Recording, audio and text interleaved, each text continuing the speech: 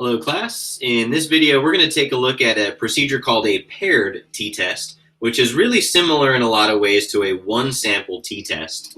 Remember that in a one-sample t-test we tested for a significant difference in a population mean. So we had this idea or claim about the population mean, collected a random sample of data, and compared against the hypothetical value to see if we were far enough away to reject that hypothetical value. The difference here in a paired t-test is really in the data collection method, not so much in the test itself. So a paired t-test is a significance test for a significant difference in a population mean for paired individuals. And the key here is the data collection comes from, in most cases, a matched pairs experiment. What we're really going to do is we're going to run a one-sample t-test like we did in that previous video, but we're going to do this on the differences calculated from each pair. Now, in the null hypothesis, anytime we're looking at a matched pairs or a paired t-test, we're going to assume that there's no difference for each pair unless we have evidence to suggest that there is. So our null hypothesis in a paired t-test is going to be mu equals 0. Or in other words, we're going to assume that there's no difference with those pairs. So for example, earlier in the year, we did an activity with confidence intervals where you sorted a bunch of beans on a sheet with your dominant hand and again with your non-dominant hand. And we estimated how different those times were with a confidence interval. And we could have also run a paired t-test to look for a significant difference, just like a yes or no answer of, does it take longer to sort with your non-dominant versus your dominant hand? The reason that would be a paired t-test is because in that experiment, each individual actually had two measurements. They had one measurement of time with their dominant hand, and then they had another measurement of time with their non-dominant hand. And what we were interested in were what was the difference between those two times. We're going to take a look at an example today that is an old AP question from a few years back. So let me see if I can pull that up here. And which is it? It is that one. All right, so in this example, this came from the 2014 AP Stats exam. And in this example, a researcher conducted a study to investigate whether local car dealers tended to charge women more than men for the same car model. So using information from the county tax collector's records, the researcher randomly selected one man and one woman among everyone who had purchased the same model of an identically equipped car for the same dealer. The process was repeated for a total of 8 randomly selected car models. And this table shows the difference in prices. And we're subtracting the order of what the woman paid minus what the man paid. And the summary statistics are shown as well. So in this data here, the car model is really how people are being paired up. The two measurements are being performed on the same car model. So for example, car model 1, whatever that car is, the randomly selected woman paid $20,100 and the randomly selected man paid $19,580 for a difference of 520, meaning that the woman paid 520 more than the man paid. For car 2, for example, there was a difference of negative 100, meaning the woman paid $100 less than the man paid for that model of car. So we have that data for 8 different models, and the summary statistics here showed the average cost and the standard deviation of the costs among the women and among the men. And here's what's really important in this study is the difference. The average difference was $585. Meaning on average, women paid $585 more than men paid for that same car model. And that difference varied by approximately $530 from that average. The dot plots here show the data collected for the men and the women individually. But again, this difference dot plot is really what's important. It's all about the difference from each pair. So the question here is, do the data provide convincing evidence that, on average, women pay more than men in the country for the same car model? Since the question starts out with, do the data provide convincing evidence, that is the key that shows we're running a significance test. If we just want yes or no evidence, a significance test is the way to go. And because these measurements came from pairs, and we're looking at the difference of the pairs, that's why we're going to use a paired t-test. So the really important part of this are the differences.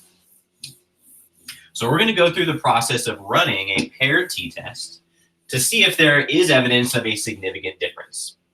The important pieces of information here are the sample mean difference, which is $585, and the standard deviation of the difference, which was, what do we got there, $530.71, and N, the sample size, would be 8 because there were 8 pairs or 8 car models being tested. The individuals here are really not the people themselves, but the car models. That's what, we're taking those paired measurements on.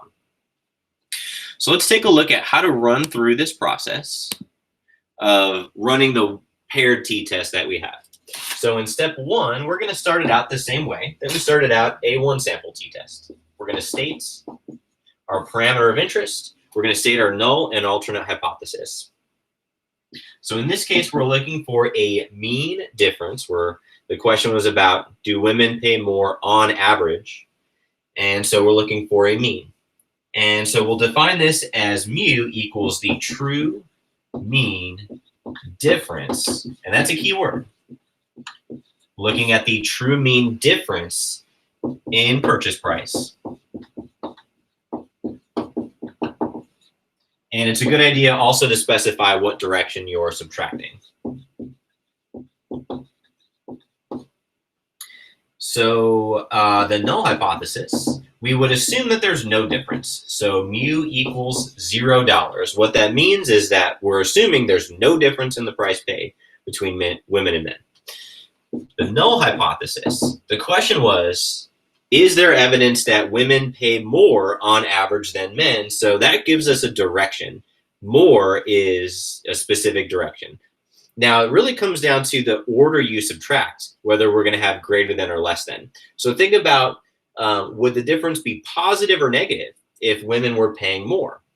Well, if this number was bigger than this number, which is what we're testing for, then we would expect the difference to be positive, because a big number minus a small number is going to be a positive number. So the alternate is that mu is greater than $0.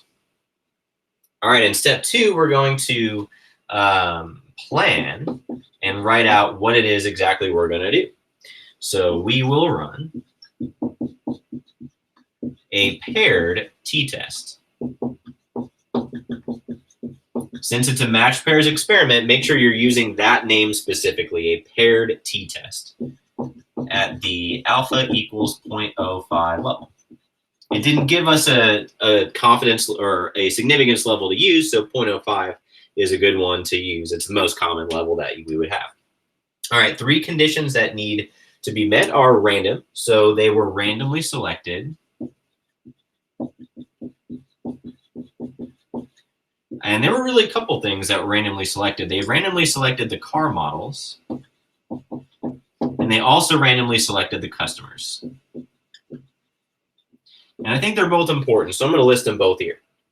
Second thing that we need is a approximately normal distribution. Now, our sample is too small to use the central limit theorem, so we'd have to look at that graph that they gave you and look for any deviations from being normal. So we're hoping it's approximately symmetric without any outliers. Now, they gave you 3 graphs, so it's important to look at the correct graph here. And you're going to look at the one that was on the bottom that was of the differences. So the dot plot of differences was approximately symmetric and no outliers. And that was the case, that it was roughly symmetric, no outliers. And the last thing that we would need, since we're sampling those customers and the cars without replacement, we would need to assume that there are at least 80, I would say at least 80 pairs, at least 80 cars sold, and we can assume that that is the case here. In step 3, we're going to calculate So we're going to use the same exact formula that we used for the one sample t-test, x bar minus mu over s over square root n. Well, x bar, the mean difference, was 585. Minus mu, the hypothesized difference from the null, is 0. Over s, that's 530.71 divided by the square root of your sample size. There were 8 pairs. And if you run that through a calculator, you're going to get a test statistic of 3.12. Now, our p-value, if you're doing this by hand, because our alternate hypothesis was a greater than, we're looking to the right side of our test statistic, 3.12. Now, if you find that on the table, let's see what we get on the Inspire. If you find that on the table, that would give you a kind of a window that the p-value falls into. But let's see what happens on the Inspire. So let's see. I'm going to go into a calculator page, number 1. All right, so menu, we got a t-score, so 655 t-CDF. Our lower bound is 3.12. Upper bound would be infinity, or just a very large number. And degrees of freedom, we had 8 cars as our sample size, so 8 minus 1 is 7. And our p-value is about 0.008. We could have also done this using the t-test function on the Inspire. So let's pull that up. The t-test, remember that was in menu 6, 7, 2.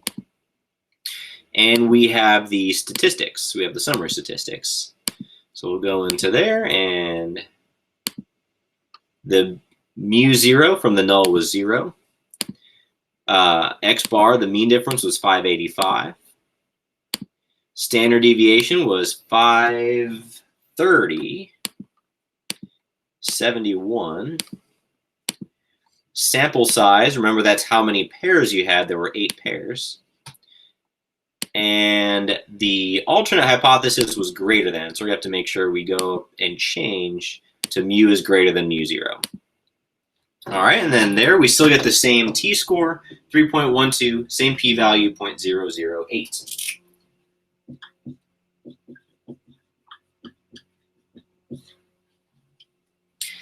In the final step here, we're going to interpret that p-value that we got in step 3 and see if we have enough evidence to reject the null hypothesis that there was no difference. And essentially, because that p-value is so low, we do have significant evidence to reject this idea that there was no difference. This difference that we observed in the sample is very unlikely to occur if truly there's no difference in purchase price. So in step 4, to interpret, since p is less than our alpha level, 0.05, we reject the null hypothesis. That means there is significant evidence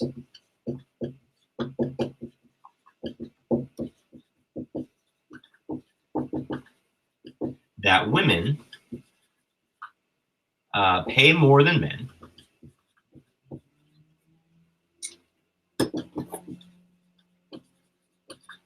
on the same car model.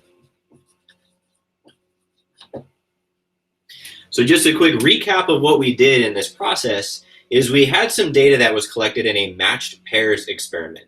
There were 8 different pairs, and each one was a pair of one man and one woman and how much they paid for that particular model of car. We had our summary statistics of the mean difference between the two, the standard deviation of the difference, and our sample size of 8 pairs. And for that reason, because we collected the data that way in that study, we ran a matched pairs or a paired t-test. Our population mean was the true mean difference in purchase price and gave the order we subtracted. Null is that there was no difference, so mu equals $0. And the alternate was that mu is greater than 0 because we expected or were looking for evidence that this difference was bigger than 0. And so then we stated our plan. We're running a paired t-test, alpha 0.05 level. We had randomly selected car models and customers. We had a dot plot that was roughly symmetric and didn't have any outliers. And we can assume safely that there's more than 80 cars sold or more than 80 pairs we could have. Calculated our test statistic, 3.12, use that to calculate the p-value, 0.008, and then compared that to our alpha level, 0.05. And since it was less than 0.05, we rejected the null hypothesis. We do have significant evidence from this study that women tended to pay more than men on that model of car. So there you go. That is a paired t-test.